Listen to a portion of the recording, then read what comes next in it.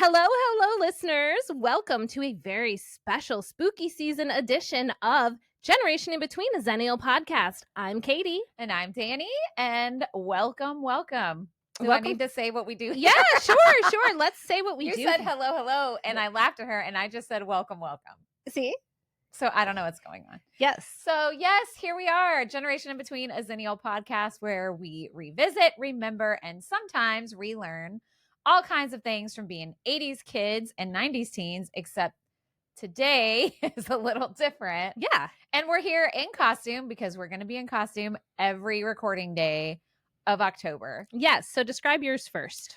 So I am Daphne from Scooby-Doo. Yes. So I'm trying to just do one of my greatest hits from our family costumes that we do every year. Good.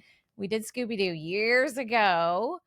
And I was Daphne, Troy was Fred, Kaden was Shaggy, and then Coop was Scooby. That's adorable. And then we had some friends of ours join us, and her and her husband had two boys as well, and none of them wanted to do matching costumes. So she was like, "Can I dress as Velma and go with you guys, like matching you, because they're like Transformer and like a GI Joe?" I was like, "Hell yeah!" So she dressed as Velma. So she was with you guys that day. She honorarily with you that Halloween. We let people join us. Amelia joined us last year. That's right, she did. So we let people join in our costume fun on Halloween. So especially now that our numbers have dwindled down to 3. I know, you need a 4th. So, and Katie, what are you wearing? Yes, I am a little bit on theme with the podcast. Yes, because she is. I am an 80s aerobics instructor. Well, this was in the 80s too. Scooby-Doo was in the 80s. True. We both are. Look at us go. We did it. I'm going to stand up. Did we just high For five? the YouTube people, hold on. God, here we go. go. Wait, why are you standing up? So they could get a crotch shot of your leotard? Yes, I wanted to show my leotard. That's going on socials. We're gonna get banned on TikTok. You guys, okay, we got a community violation on TikTok for talking about kissing. I think they didn't say why. Well, what else would it be? Because it was like, what, 15 seconds? I said, if you're a good kisser, you'll get far in life. Mm-hmm. Hello, what is that? That's is true. That's it. And it said it violated. So my question is, does TikTok, I think there's a yes to both of these, but does TikTok have like bots that look for things you're saying or doing to flag it? Probably. Or did someone complain? I'm sure who the fuck is? Nobody's watching us. Nobody complained. It's the bots. I'd feel better if someone complained. No. Okay. Another reason why I hate robots and I hate AI. Mm-hmm. See, and I won't use AI. Because like there's nothing wrong with what we're saying. I texted Danny and I said, imagine getting in trouble and you're just wearing like a Maleficent costume and a bellhop talking about Dan Aykroyd kissing, and then like the socials are like, no, you don't. It's fine, but anyway. Did you appeal it? Where does it stand? We're still banned. Not banned. Said it would take some time, but I said, there's nothing wrong with this. A human needs to watch it and be like, oh, it's just middle-aged ladies. Yeah, they're fine. They're totally harmless. Like, the trash that's out there on the TikTok. I think that's what gets me. Yeah. That like something like that gets flagged, but then like some of the stuff that apparently doesn't get flagged, like the hateful nonsense out there. Yeah, come on, it's pretty crazy. Well, anyway, hopefully it was just that video, so don't worry, guys. We're still on the TikTok. If you're not following us yet, well, we have like 5 people that follow us. Yes, it doesn't matter. We don't care. The only time I ever go on the TikTok is to post our things. Yeah. That's it. I've been going on there a little bit more. I'm inching in. I can't do it. Okay.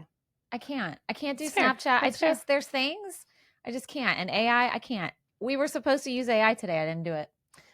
I did. Yeah, and I thought about it. You used the AI all the time. Later. And I was like, man, there's probably gonna be some listeners who rake me over the coals. Once we tell you what we're doing, we didn't like steal content or plagiarize, nothing like that. But I know people have really strong feelings, and I think rightfully so, over the environment in AI. Yeah. At like the energy sources it uses and that sort of thing. So to just for fun be like, I'm just going to use it for this episode just for fun. I was like, yeah, probably shouldn't have done that. I did do it, so I will present what I did. I didn't. Sorry. But I'm feeling remorse. I'm feeling remorseful. Okay, good. Well, and I think I will say I did 2 in AI. I did 1. You did and then 2? Yeah. I was like, okay, write it again, just to have 2 and just to see what they would be differing. And I think the one I wrote's way better. Well, you know why? Because you're a human being. Yeah. See, my main reason for not liking AI is because there's 2. I think it's making us lazy, Mm-hmm. lazier. Mm-hmm. And second, I think it kills creativity. And I don't just mean with creating things. I mean with ways to research, ways to find out information. It just, it's starting to eliminate parts of our thinking process. And Like- I see creatives use it all the time, and I can always tell. Yeah, I do think it's pretty obvious. I can like always the way tell. that it lays out and the headings and the Yeah. Emojis. Because Devil's advocate, humans are always finding ways to be more lazy know. and efficient. facts. And well, this there's is a just difference the between latest being way. lazy and efficient, I think. But AI is efficiency. I disagree. If you're regurgitating information that's already there. If you're creating something from scratch, that's different. Okay. But I don't know. Like, I think if you're talking about like doing a Google search for information or asking the same thing to AI, to me, that seems about the same. But if you're like, write an essay for me, that's different. Does it make sense? Yeah, but even with a Google search, I think you're relying too much on that first blob of AI shit that comes along. Yeah, that's right? true. So I don't know. I disagree because I think that the reason why creating things is good as humans or even horrible Right. is because there's feeling and there's personality in it. AI does not have that. It is I a bunch agree of with codes. And here's my thing. I think of with AI. We as humans, we are trying to make things more efficient and use our time more efficiently. But I think of things like washing machines and dishwashers. Right. That makes sense. Let's have machines do that work so we can have real life or have more time to create. So we're not spending mundane tasks. Sure, let's have efficiency. But it sucks because I'm seeing it more and more right now. And I didn't even think about the environmental component until I heard somebody talking about it on an NPR podcast. And I was like, oh shit, well now I really hate it. Yeah, you don't think about that. We just think about, I mean, that's such a human thing to do. Right. Just to consume because it's Consume it there.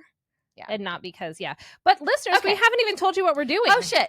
Okay. They're like, why are they going on and on about AI? So we decided, we actually talked about it because I re-listened to our episodes. We talked about it in our Dawson's Creek episode. We did. So if you didn't listen to that, you didn't even hear us talk about this. But we were like, we should write our own Twilight Zone episode. Yeah, we should write our own scary story. We should whatever. So that's what we decided to do for this week. I was going to do haunted buildings or something. I don't know what I was going to do. And we were like, meh. So I wrote a scary story and you wrote a scary story. Well, I will add this disclaimer. I don't know how scary mine actually is. Mine turned into sort of Twilight Zone-y where it's more like in your head.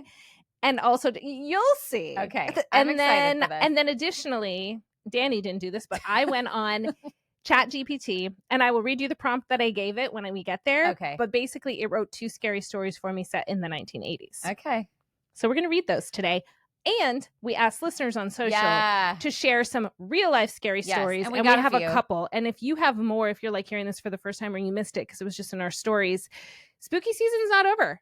Yeah. So send us yours. We will talk about them on a future episode if it's okay with you. Yeah. And we'll talk about Hannah, our listener in England, send us some stories before we even ask for them. She did. So we'll share some of hers too. We got to remember that. Yeah. Okay. So confession. I did not write anything. Well, okay, wait, rewind. I brought scary stories. Don't worry. They're just not mine. Okay. Here's what happened, everyone. I sat down. Okay, first of all, this is kind of an unfair challenge because Katie is a writer. Like, that's what that's fair. I like to write sometimes.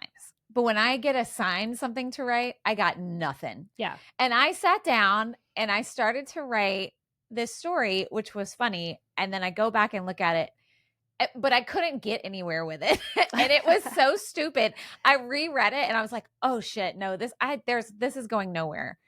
And so I just stopped and I was panicking last night because I was like, oh God, I've tried to think of something. So Troy was like, so of course, Troy and Cooper were like giving me ideas. And I was like, no, that's already been done. Like, that's a Twilight Zone episode. Yeah. Cooper gave me something about phones. I was like, that was on Black Mirror. Like, that's the hard part is trying to think of something original. Well, so then Troy was like, well, what if Cooper writes a story? I was like, yeah, do that. And I'll say, Cooper wrote this. He couldn't do it either. So I was like, all right, well, let me go back to my Scary Stories books that we read aloud last Halloween. Yes. And I'll pick a couple that I didn't read and I'll read those. I love that. That's what I did, full stop. And then I refused to do AI.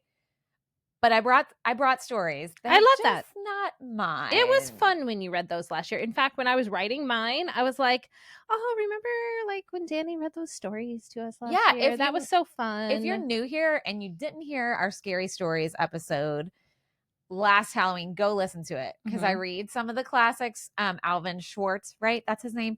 It's on the book. It's in my bag. That's why I didn't take my stuff out yet. She said, I have a big reveal in my bag. And I was like, oh my God. It's that I didn't do my assignment. I love it. I love it though. I love it. Okay. So should I go ahead and read mine first then? Sure. And then we'll go to Scary Stories and then we'll go to listener stories. Yeah. Or do we want to do mine, listeners, then Scary Stories based on time? Whatever you want to do. Let's do that. Okay. So first we're going to do the one that I wrote. And you're reading it off your phone? I am. Well, I printed it out and I left it at home. Wow. I don't think I could read a whole story off my phone. It's gigantic. That is not gigantic. See, no. They can't see that. They can see how big it is. Everybody, the font is not like the font I use. The font is not fonting. Okay. So I don't know how scary it actually is. And I will admit there were a couple times that I wanted to take it like further, like scarier, and I didn't. Because you got scared. I got scared. You scared yourself? And because you'll see a lot of me in this story. Oh. And so I was like, well, I don't want that to happen to me. So to be fair, it's hard to write scary stuff. It is. Well, my sister told me, she said, you should do something on like people who use a Ouija board and then shit goes wrong. And I was like, no, I'm not talking about no Ouija board. No, guys, if we haven't established it yet, nothing Ouija board ever for us. And we got that confirmed. Did we say that last week?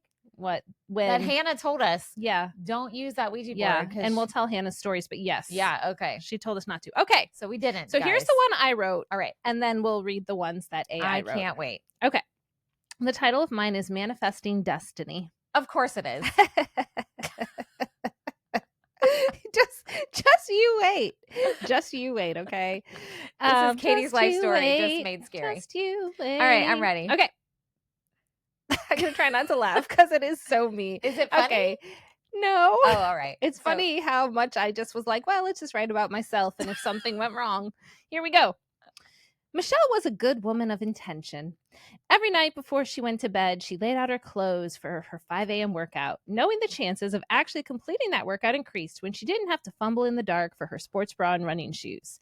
She programmed her coffee maker the night before, too, to click on at the exact moment her home workout would end. At the end of those early hour workouts, with that hot mug of coffee in hand, Michelle sat in her quiet home, still in sweaty clothes, but nestled under a soft throw blanket in the corner of her couch, and pulled out a tattered notepad and colorful pens. This is just your life. So far. That's why I didn't want anything bad to happen to her. This is hysterical. I'm like, Katie, you literally do this. Okay. No, but they say right what you know. This is Michelle. Oh, it's okay. Michelle. This is Michelle's story. Here we go. You know that's my middle name. No, I did. I guess I did know that. Yeah. The reason I used it here is because when I was little, I decided that was going to be my name, and I made my family call me that for like a week. What? I was probably like 8 or 9. That is hysterical. And then I was like, wait, call me Shelly.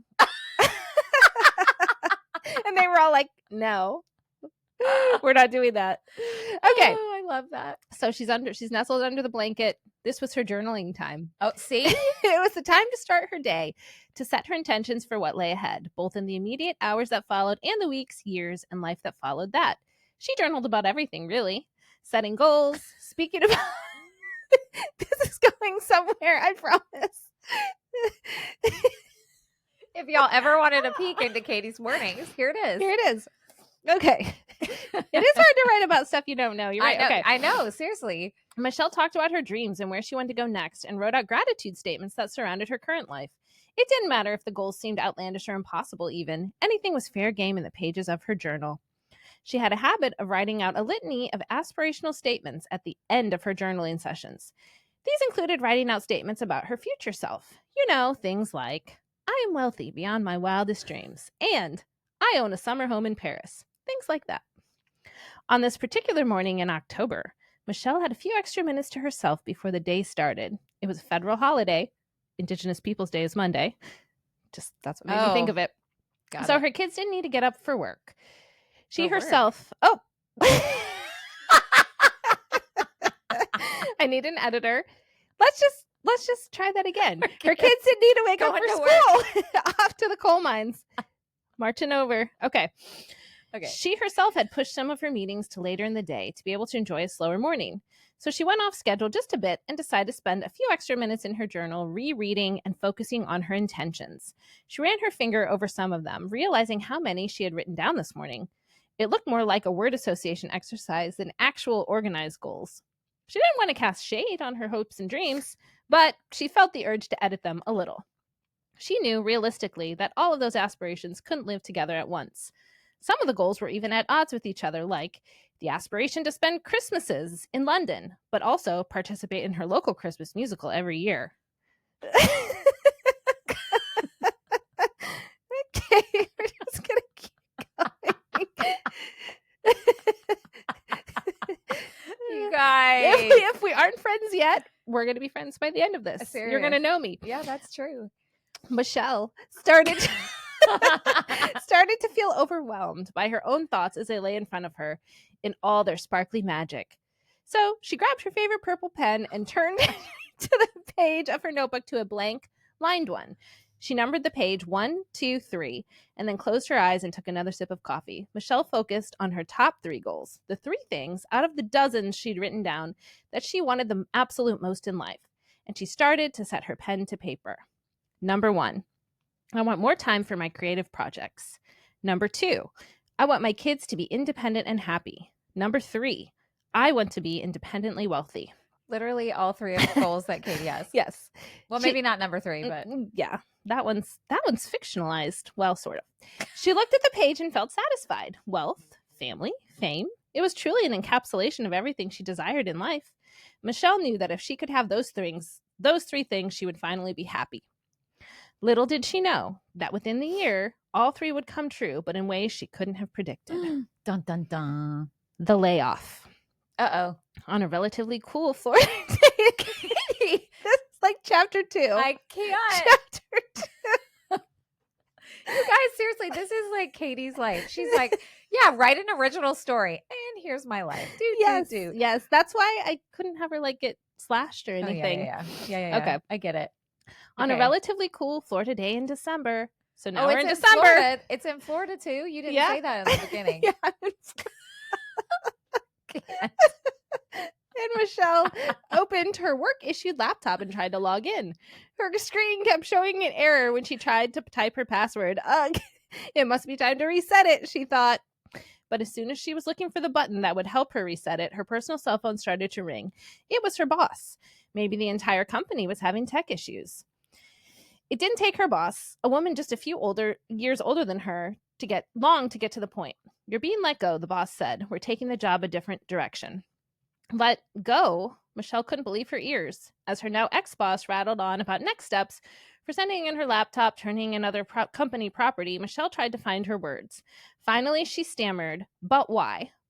Her boss sighed. "Because you're distracted. It doesn't seem like your head is in this job. And you've mentioned your other creative projects. Maybe you should spend your time on those." Next chapter. Y'all know what happened to Katie a few months ago, right? You do now. All right. No, you talked about it on here. I did, yeah. But if they're new. Oh, yeah, true. If they're just becoming my friend right now. Well, if you need an update on Katie's life the past 6 months, it's here in this story. Here it is. Okay. Busy bees. This is chapter 3. This is so fun. Once relieved of her work duties, Michelle tried to shake off the shock by reinvesting in other parts of her life, at least while she scrambled to find another job or replace her income. It was almost Christmas, and she was receiving out-of-office replies from everywhere she emailed. So she decided to focus on what was right in front of her, her kids. She had some time now to do some of the things that her kids always wanted her to do, maybe even some travel, if she could figure out a way to afford it. Now, listen, she only has 3 kids. Oh, okay. So, all right. You took 2 away. 5 would have taken way too long. She started with her teenage daughter, who had just turned 15. Michelle got excited at the idea of the 2 of them doing something fun together. But when she approached her daughter, she was met with a list of all the things said daughter already had planned. "I've got a full schedule, Mom, but I'll loop back with you if there's an opening." Michelle nodded. Right. Teenagers tended to have their own lives, didn't they? Well, on to the next. She had a son who was not quite a teenager yet. She'd come up with a plan to hang out with him. And it seemed like the plan was coming to fruition when, the very next morning, as Michelle journaled nice and early, her son appeared in the living room too. Michelle patted the seat next to her on the couch, inviting him to sit with her. "It's okay, Mom. I want to read by myself," he said, holding up the graphic novel tucked under his arm. He crossed in front of Michelle and exited the living room, opting instead to read alone at the dining room table. Michelle remembered all the times he begged her for a bedtime story, and tired from her duties from the day, she picked up the shortest book available. She felt a pang, that's a weird word. She felt a pang of wistfulness as she sat with his decision to read alone. Oh, well, that's why you have more than one or two, right? Oh, my. Michelle knew her littlest daughter, just age 7, would want to spend time with her. She was always pleading with her mom to play dolls or complete a craft or make cookies. Michelle decided that just as soon as her daughter was up, she'd ask her which thing she wanted to do first. But Michelle was disappointed when she was met with the same fate as her older two. "I am busy writing my own play for my dolls." Okay, this is Tegan. literally Tegan. Her bright little angel exclaimed, "It's a secret show. Uh-huh. Only I can know." That is so Tegan. No worries, Michelle thought. More time for those creative projects she had pushed aside for all those years, right? But as she sat looking at a blank computer screen, she wondered how creative she actually was. Where were all the ideas? Where was the motivation she had had when her days were filled to the brim with child-rearing and a 9-to-5 job? She had so many brilliant ideas then. Where were they now? This is where it gets a little kooky. The accident. Okay.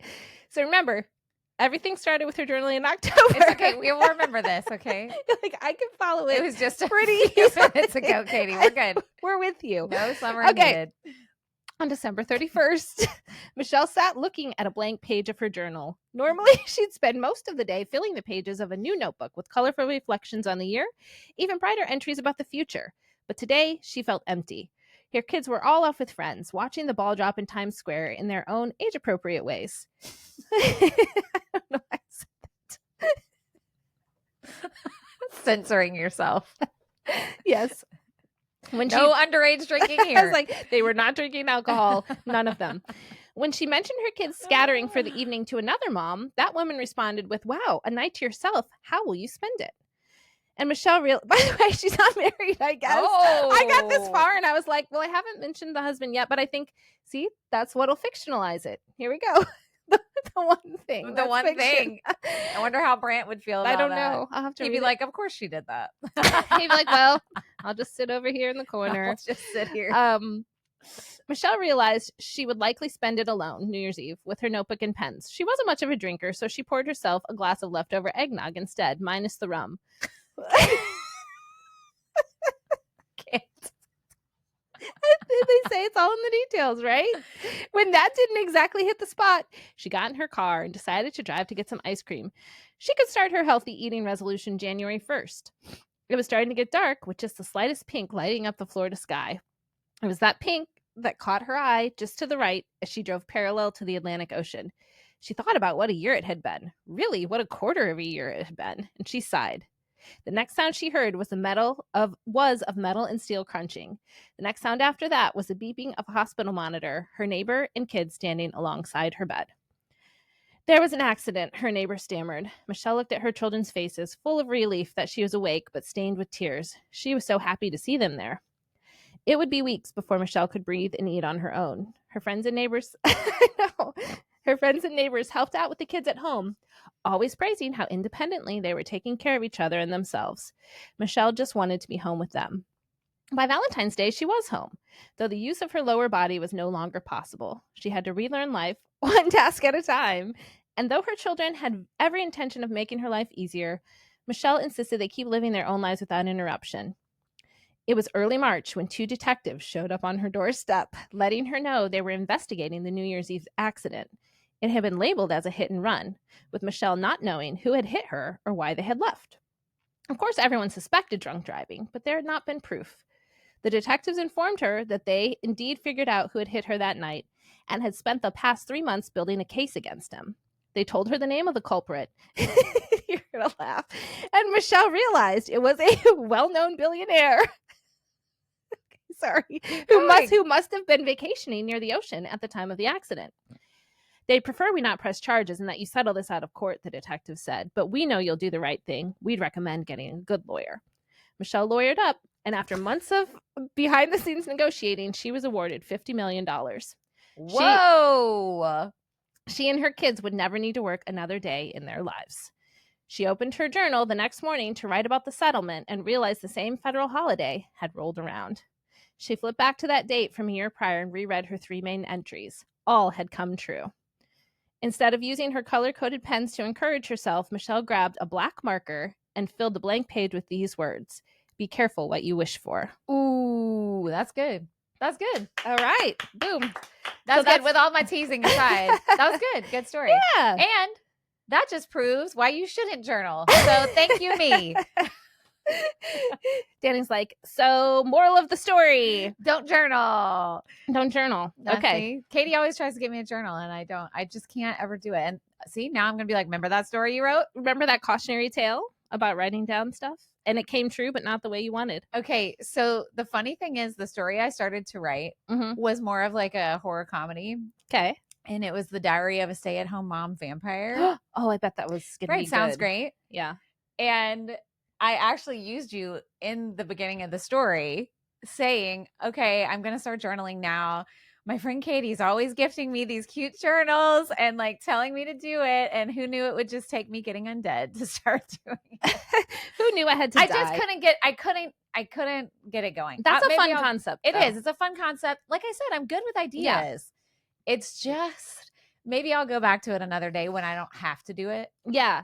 No, totally. And then it'll. And look, I have, since I graduated from college, so that was 2025. So I've had 20 years of writing on deadline.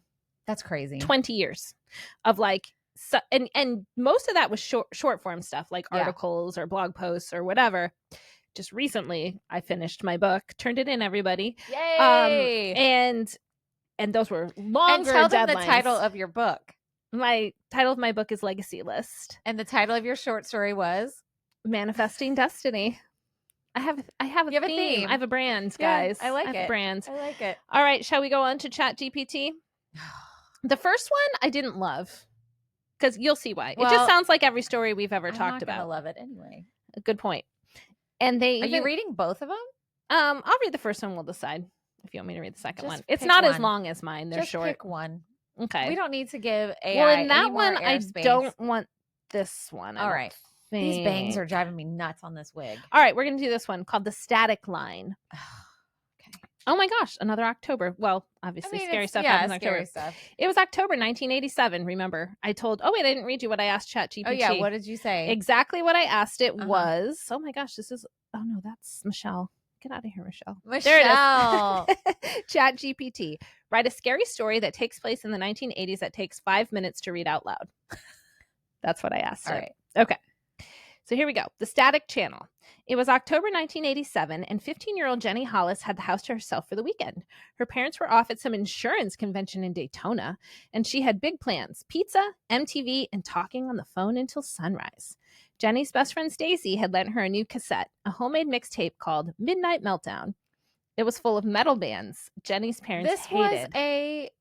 This was a story on Tales from the Dark Side, I think. Really?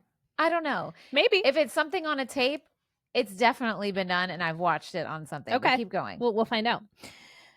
The label is written in black marker and decorated with doodles of skulls and lightning bolts. Around 9 o'clock, she popped the tape into her bright red Sony boombox and hit play. The first song was Livin' on a Prayer. She turned it up so loud that the walls vibrated. Then the tape stopped. There was no click, no rewind sound, just silence. Jenny frowned and hit play again. The speakers hissed with faint static, that snowy kind of noise that sounded like wind on an empty highway. Then a voice came through, a man's voice, whispering, "Jenny, I like your room." She froze. The hair on her arm stood up. She hit stop, then rewind, and played it again. "Jenny, I like your room." The whisper was slow, almost playful. She stared at the tape deck. Maybe Stacy's brother had messed with it. He was always recording prank messages over her music. Jenny hit eject and examined the cassette. The tape inside looked fine. No obvious splices. She shrugged it off, popped it back in, and hit fast forward until the next song started. By 10:30, she'd mostly forgotten about it. She was dancing around in her socked feet, hairbrush in hand, when the phone rang.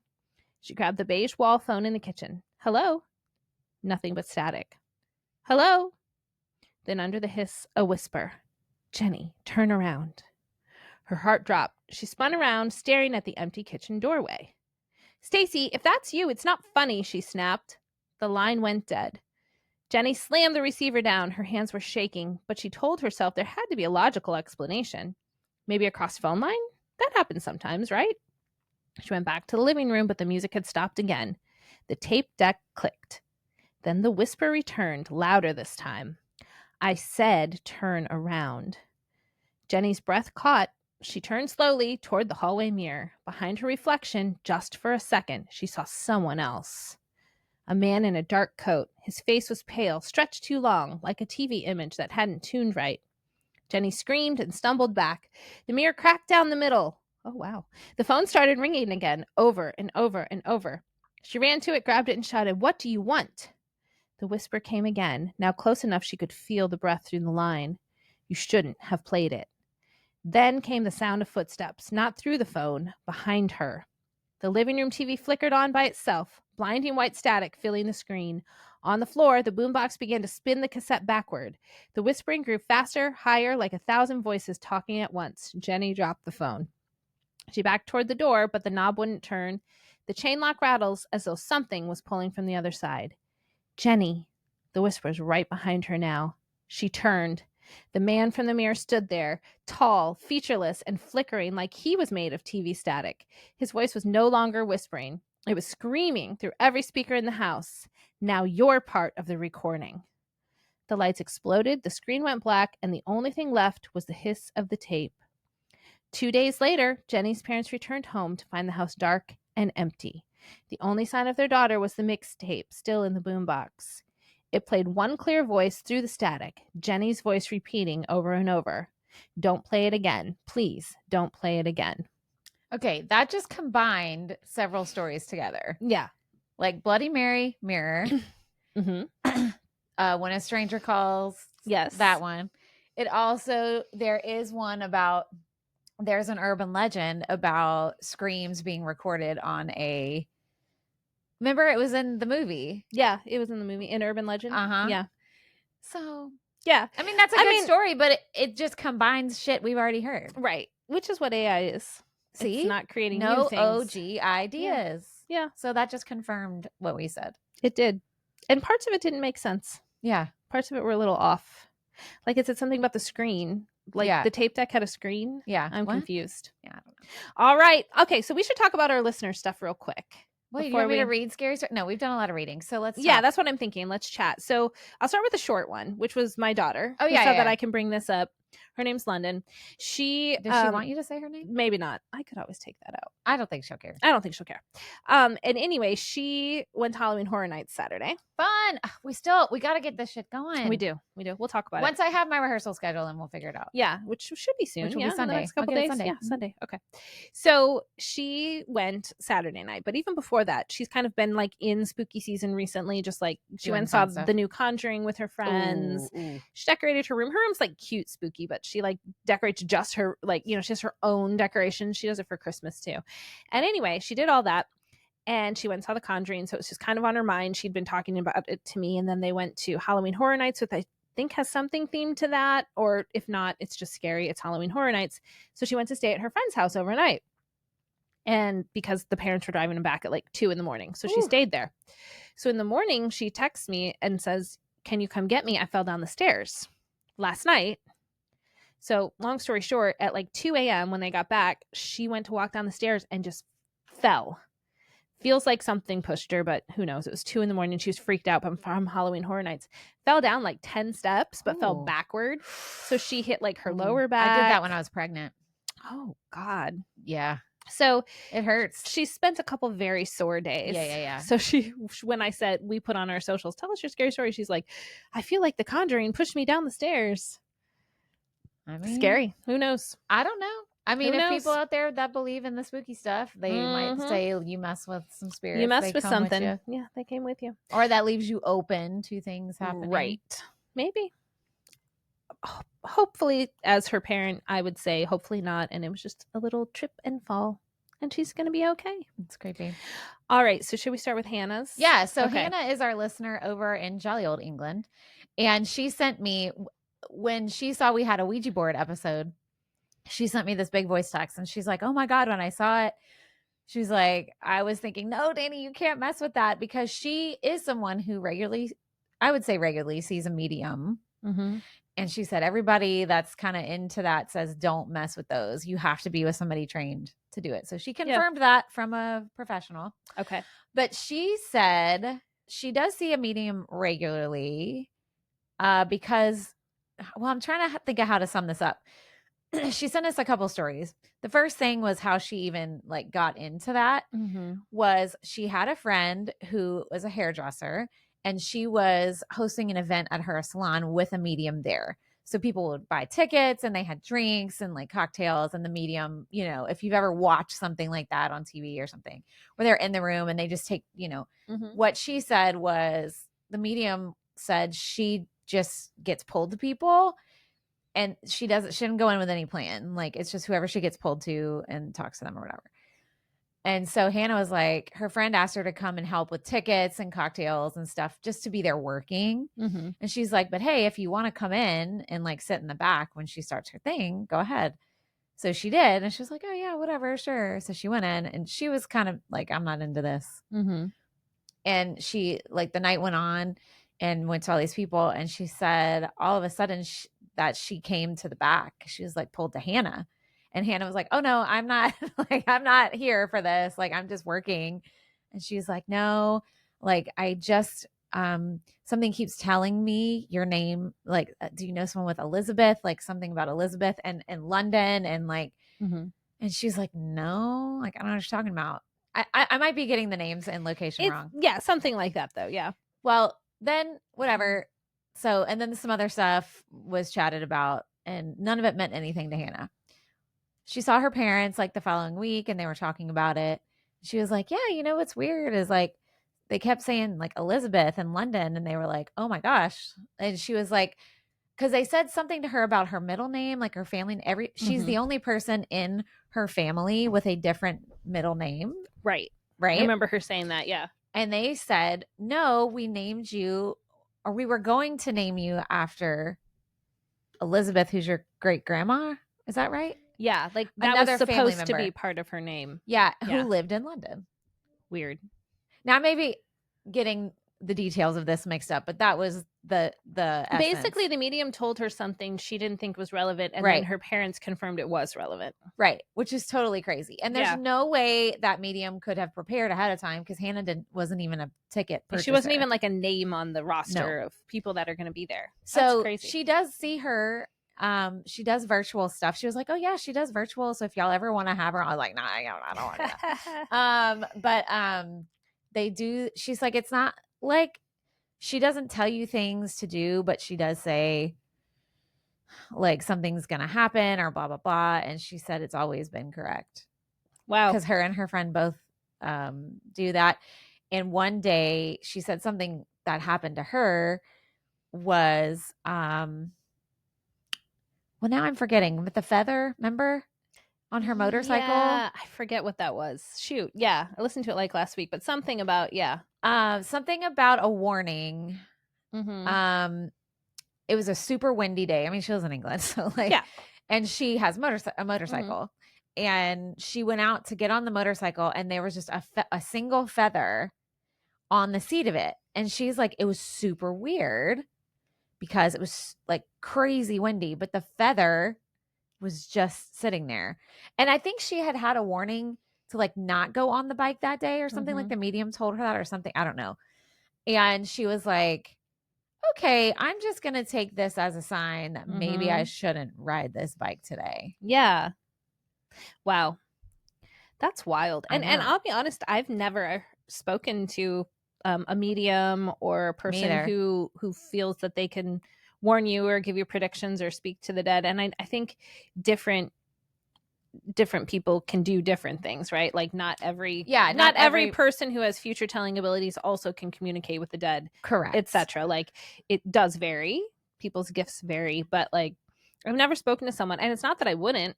I mean, I think for a while in my life I wouldn't. Maybe I would now. I think if I did, it would have to be somebody I knew outside of that context. Mm-hmm.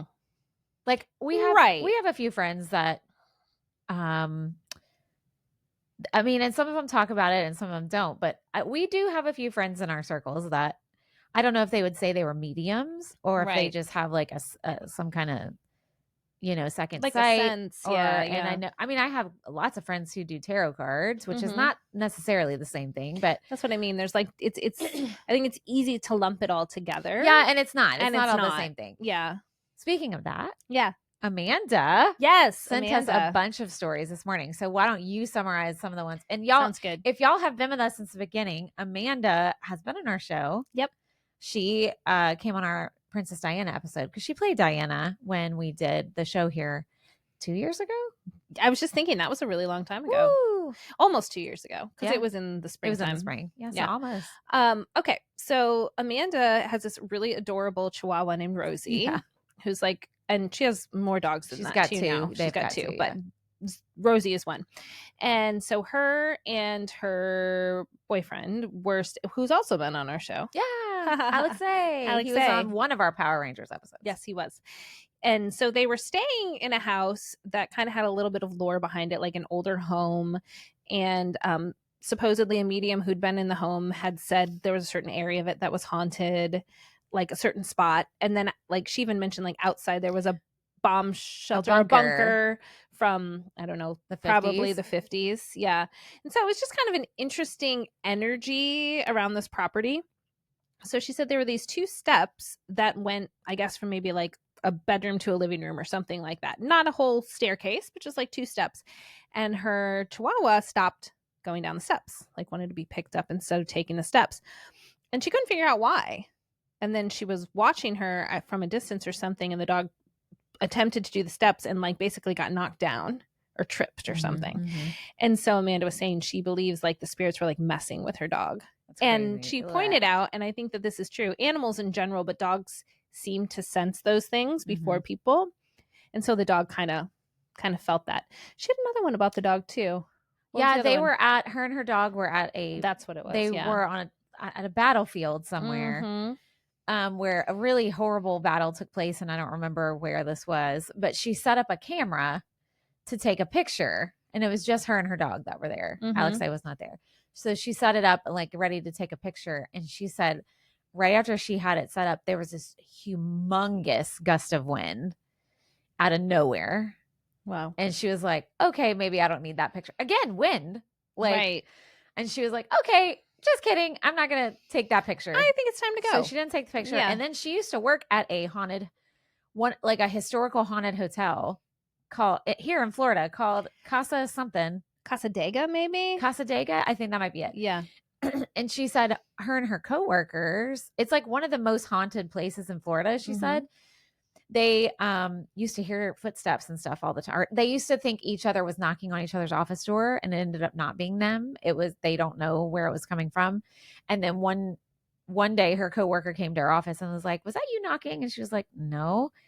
And then they heard footsteps, and there's nobody there. And they were both like standing there where the footsteps would like walk by or whatever, and they both heard it, and there was nothing there. Wow. I know. And that's that like residual energy stuff too, I think. Yeah. That sometimes, like, again, we don't know the answer. Just like, is it something there, or is it a residual energy from something else that's just being held in the place? Ghosts, remember my PSA. Don't forget, she not open. I don't want to talk to you. Wait a minute, you were dressed as Daphne, so she was just there, cute eye candy to go along. She wasn't trying to catch ghosts.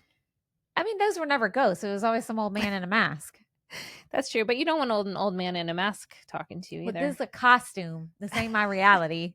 That's true. I'm not about to teach an aerobics class after this. See?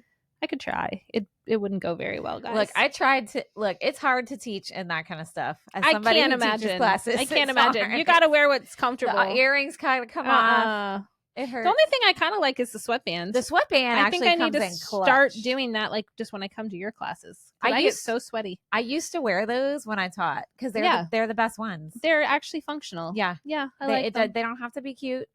No. But again, I have a small head, and so sometimes they'd pop off. That's why I use the kind that ties. Okay, that's smart. You're like, again, I everyone. have a narrow head. It's weird. I don't know. Okay. All right, time to hear So some. you want to read scary stories? Yeah, let's read some scary stories. All right. I picked one from each. There's 3 scary stories books by Alvin Schwartz. Okay. I picked one from each. Got it. 2 are short, one's a little longer. One of them involves your singing abilities. Mine? Yeah. Okay. Yeah, and not fucking mine. Do I have to sing that Hearst song? No. I'm sorry, what'd you say? Was that from these books? That what song? Hearst song? Okay. Spell the word you're saying. Hearst. Isn't it? Spell it. What if I spell it wrong? I want you to spell Herst. Okay. Is that not how you spell it? First of all, it was a hearse song. Like Hearse? like a funeral driver. Those don't have, that doesn't have a T in it? Okay, never mind. I always thought it had a T. Oh. Maybe I'm thinking of the newspaper publishers. That's what I was like. I think you're It's so, just hearse? It's just a hearse. Oh. Hearse. A hearse. Really? Okay. I was really strong on that. I was T. like, I was like really enunciating. you're like Hearst. I always thought that's what it was That called. makes you think of Newsies. Oh yeah. You're Pulitzer just and Hearst. you're just so embedded in your writing, everything that everything goes to publishing. Maybe.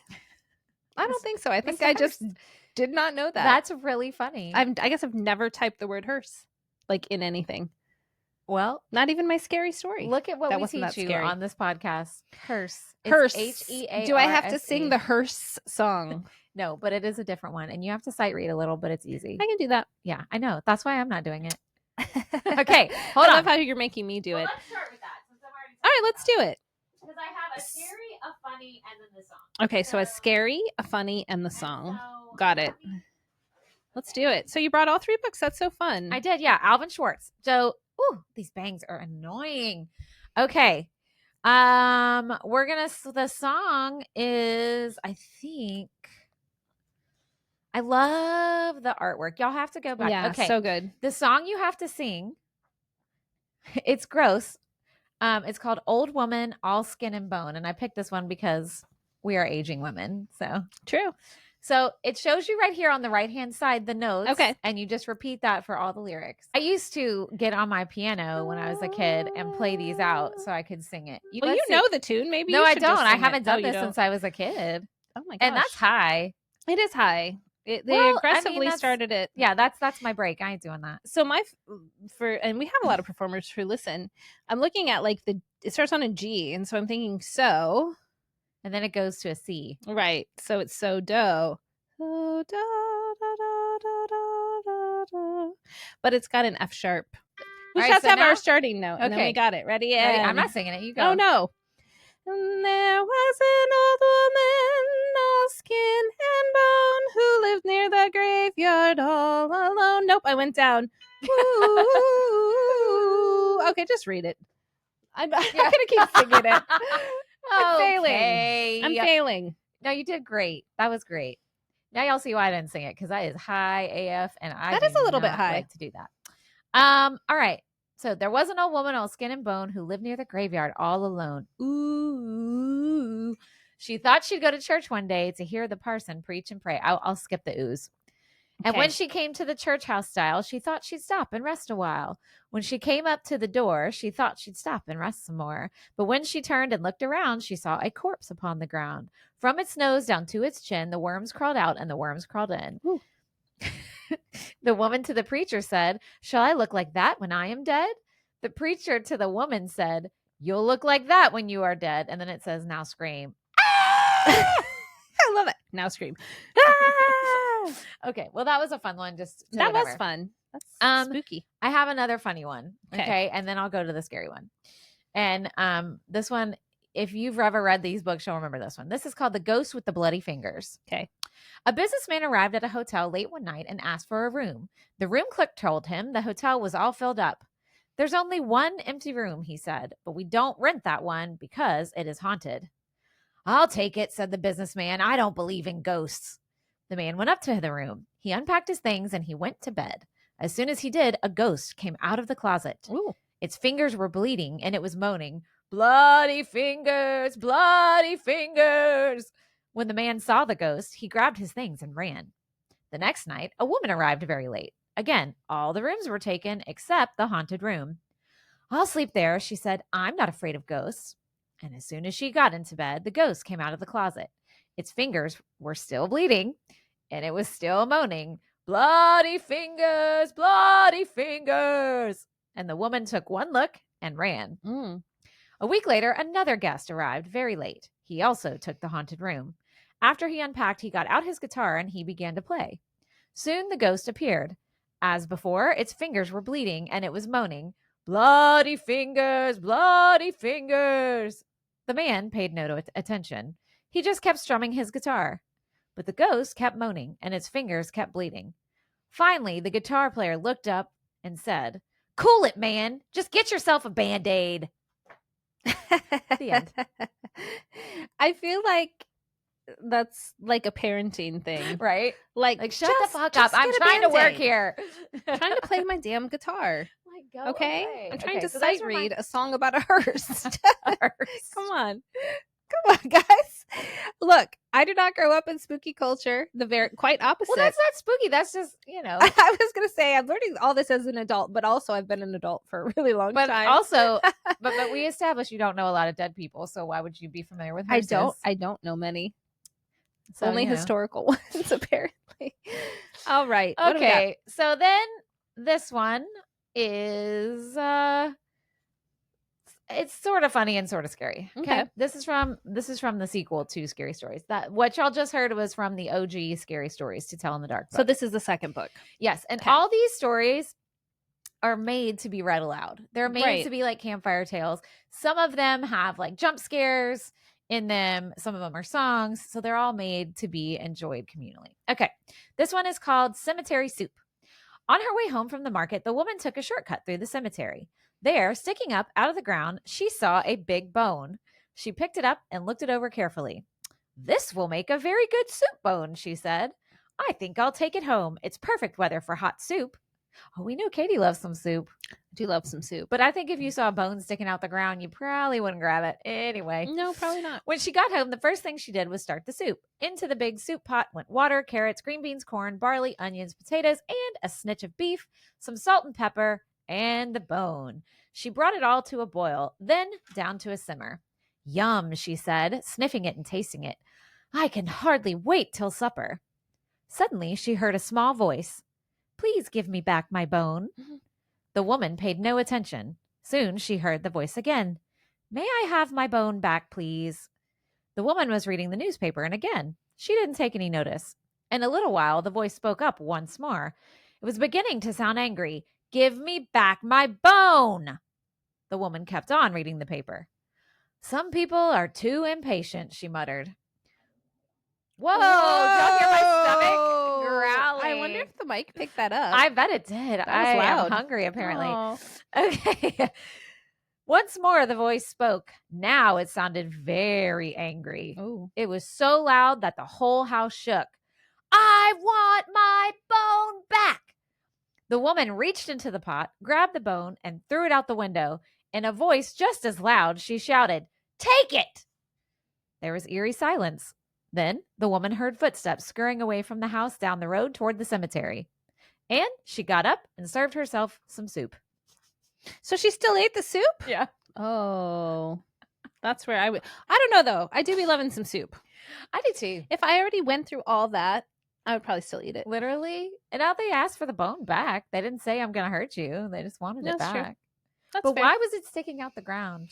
Right. Like if it was, I could see if she had dug up something in the cemetery Yeah. to get a bone for her soup, but it was just there for the taking. There's a lot of stories like this too about like ghosts coming back for body parts. Mm-hmm. Because there's another story in one of these books about a liver. Oh, wow. It's kind of gross. This woman's married to this jerk of a man, and they run out of.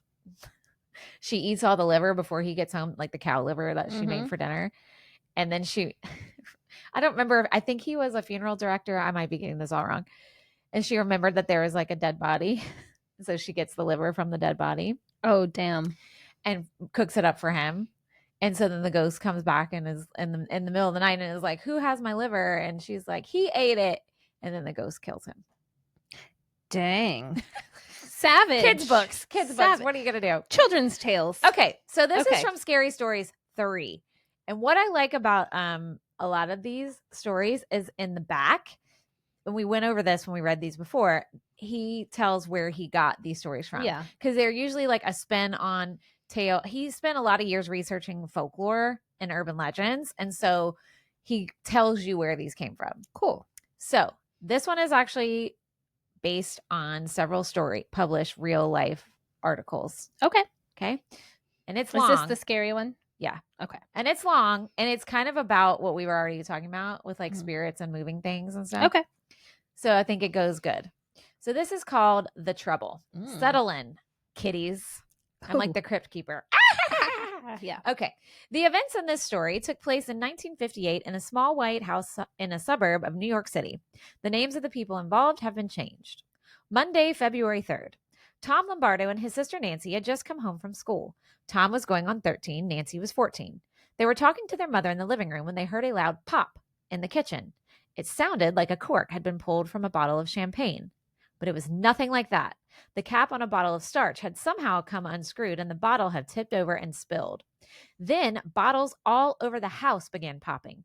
Nail polish remover, shampoo, bleach, rubbing alcohol, even a bottle of holy water. Now, why they have that? But I guess if you're Catholic, they have that in their house. Probably. Each had a screw cap that took 2 or 3 full turns to open, but each one had opened by itself without any human help, then had fallen over and spilled. What is going on here? Miss Lombardo asked. Nobody knew, but the popping soon stopped and everything went back to normal. It was just one of those crazy things, they decided, and put it out of their minds. That would not be out of my mind if everything in my house opened at the same time. Just saying. Thursday, February 6th, just after Tom and Nancy got home from school, 6 more bottles popped their caps. The next day, about the same time, another 6 did. Sunday, February 9th. At 11 o'clock that morning, Tom was in the bathroom brushing his teeth. His father was standing in the doorway talking to him. All of a sudden, a bottle of medicine began moving across the vanity by itself and fell in the sink. At the same time, a bottle of shampoo moved to the edge of the vanity and crashed to the floor. They watched, spellbound.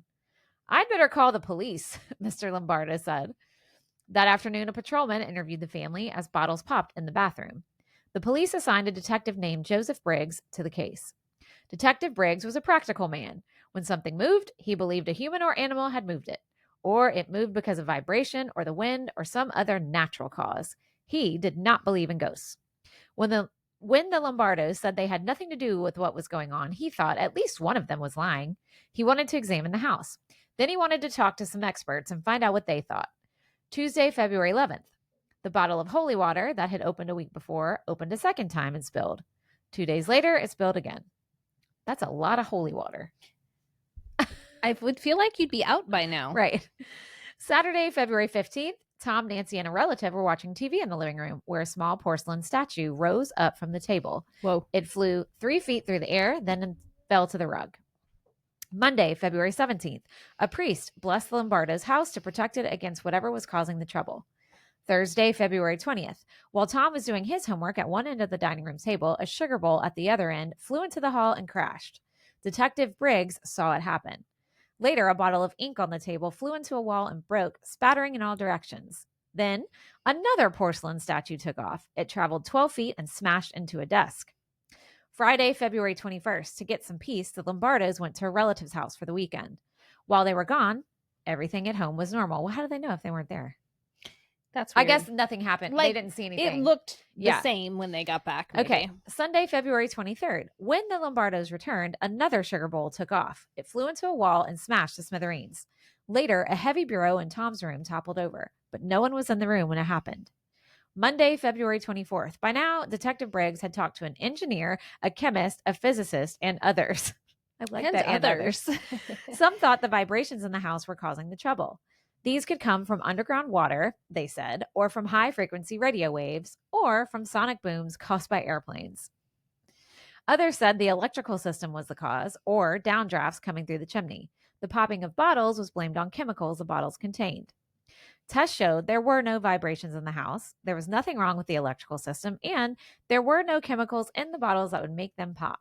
Then what was causing the trouble? None of the experts knew, but every day the Lombardos received dozens of letters and phone calls from people who thought they did know. Many believed the house was haunted. They thought a poltergeist was on the loose. Look at that picture. Ooh, that's a I good know. picture. The noisy ghost that is blamed when things move around on their own. No one has proved that poltergeists exist, but people everywhere have told stories about them for hundreds of years. And what they have told was not too different from what was happening to the Lombardos. Detective Briggs did not, of course, believe in poltergeists. He had begun to believe that Tom Lombardo might be to blame. Whenever something happened, Tom was usually in the room or nearby. When he accused Tom of causing the trouble, the boy denied it. I don't know what's going on, he said. All I know is that it scares me.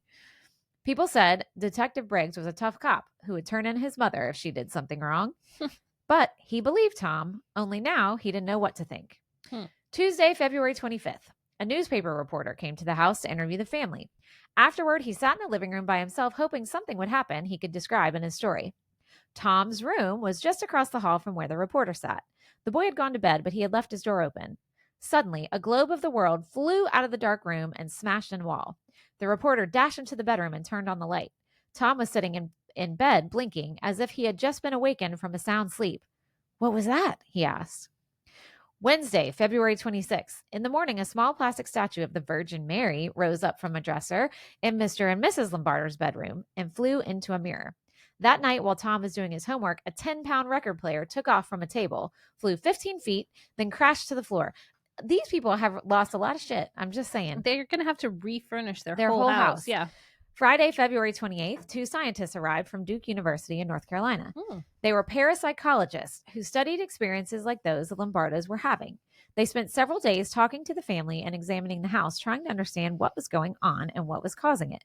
One night, a bottle of bleach popped its top, but that was all that happened during their visit. They didn't tell the Lombardos about a theory they had that a poltergeist actually might be involved in such cases. According to this idea, poltergeists were not ghosts. They were normal teenagers. They had become so troubled by a problem that their emotions built up into a kind of vibration. Since it was taking place in their unconscious minds, they didn't even know it was happening. But the vibration somehow left their bodies and moved whatever it struck. It happened again and again until the problem had been solved. Scientists had given this strange power a name. They called it psychokinesis, the ability to move objects with mental power or mind over matter. No one knew if this really could happen or how to prove it, yet most reports of poltergeists did involve families with teenage children. And there were 2 teenagers in the Lombardo family. Monday, March 3rd, the parapsychologist said they would prepare a report on what they learned. The day after they left, the trouble returned with a vengeance. Tuesday, March 4th, in the afternoon, a bowl of flowers flew off the dining room table and smashed into a cupboard. Then a bottle of bleach jumped. They have so much bleach in this house. I guess they're just replacing it? I guess so. Jumped out of a cardboard box and popped its top. Then a bookcase filled with encyclopedias fell over and wedged itself between a radiator and a wall. Then a flashlight bulb on a table rose up and hit a wall 12 feet away. Finally, 4 knocks were heard coming from the kitchen when nobody was in that room. Wednesday, March 5th, while Miss Lombardo was making breakfast, she heard a loud crash in the living room. The coffee table turned over by itself, but that was the end of it. After a month of chaos, everything returned to normal. In August, the 2 parapsychologists gave their report. They decided the Lombardos had not made up the story, nor had they imagined it. Their trouble had been real, but what had caused it?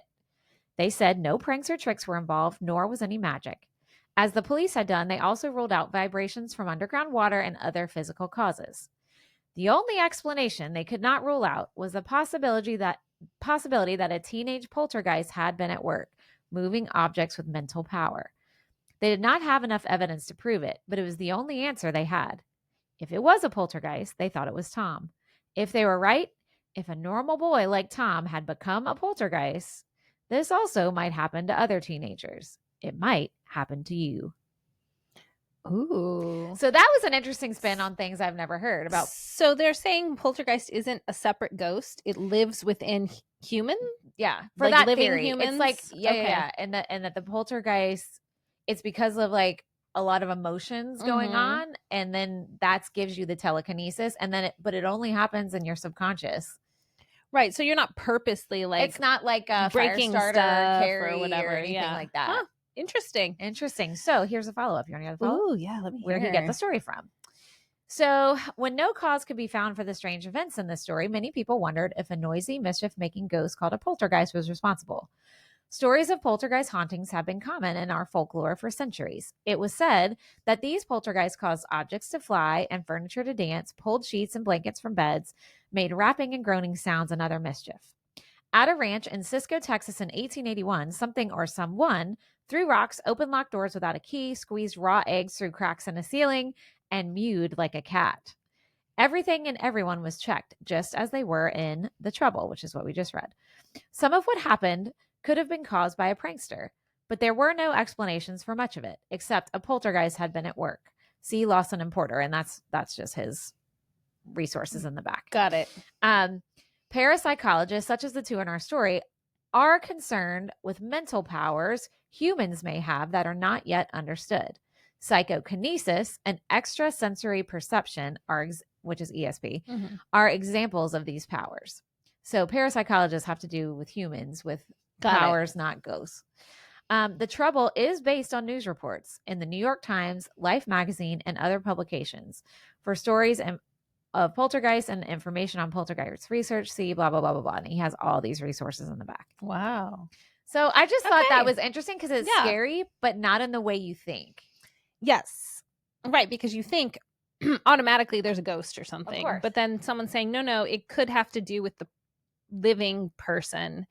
I think that's interesting too, that there's people who study powers that humans have that we don't quite understand. Yeah. Or understand at all.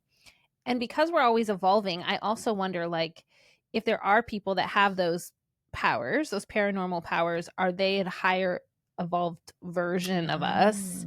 We're just not all like that yet. I wonder that sometimes. I think I am higher evolved because I was born without wisdom teeth. That's it. That's the one. That's the whole reason. Just kidding.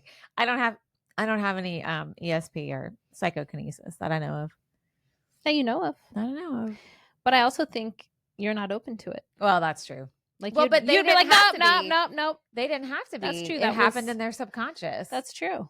You know, the teenagers didn't know, they were terrified, but they think that was making it happen. Right. Wow.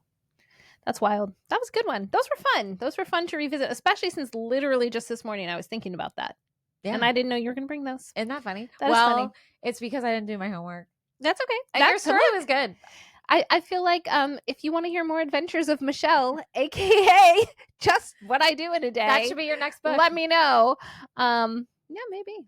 Except hopefully you're not going to get into a horrible car accident. Jeez. I know. Well, at some point I was like, something bad has to happen in this story, right, for my moral to get across. It, and I was trying to build it from like the mundane, like your kids not wanting to spend time with you, which we can all relate to, losing a job, which some people are not liking your job, most people can relate to like something that like really nobody can. Right. So anyway, well, that was fun. Well, thank you, listeners. I know we're watching a movie next week, Blair Witch Project. Oh, good. Okay. Yay. And I'm doing research for that because you'll see why. Okay. Sounds good. I can't wait. It's gonna be good. You've seen it, right? I've seen it, yeah. Okay, good. But not since it came out. We rewatched it last year because Troy had never seen it. Wow. And for those of y'all that don't know, and you'll learn next week, when this movie came out, everybody thought it was real. Right. And we'll go into more of that. And I was one. And the promotional tactics. And they had a fake documentary they put out that came out before the movie. And the actors went in hiding. You can find the fake documentary on YouTube. And okay. You need to watch it. I'll look for it. And I remember watching that with my sister, and I'll talk more about this. And we were so fucking scared, and we still went to the movie. It worked. It got it. But the coolest thing about that movie, you could never do that now. It was so of its time because of social media and the internet.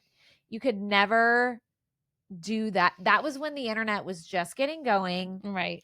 And they made up a fake website, all this stuff.